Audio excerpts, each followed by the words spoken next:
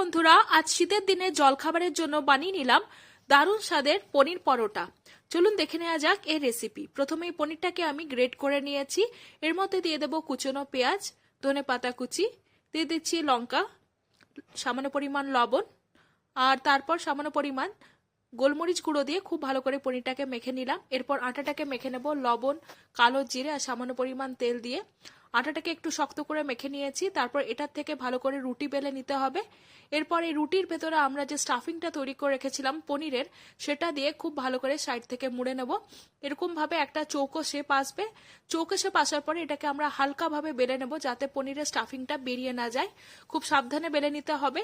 এরপর আমরা একটা গরম তাওয়ার মধ্যে পনির পরোটাটা দেবার পর সামান্য পরিমাণ তেল দিয়ে খুব ভালো করে সেঁকে নেব। আর যখন এটা ভালো করে সেঁকা হয়ে যাবে তখন এটা আমরা গরম গরম সার্ভ করব। আপনারাও বাড়িতে বানিয়ে ফেলুন পনির পরোটা, আর কেমন লাগলো আমাদের জানাবেন।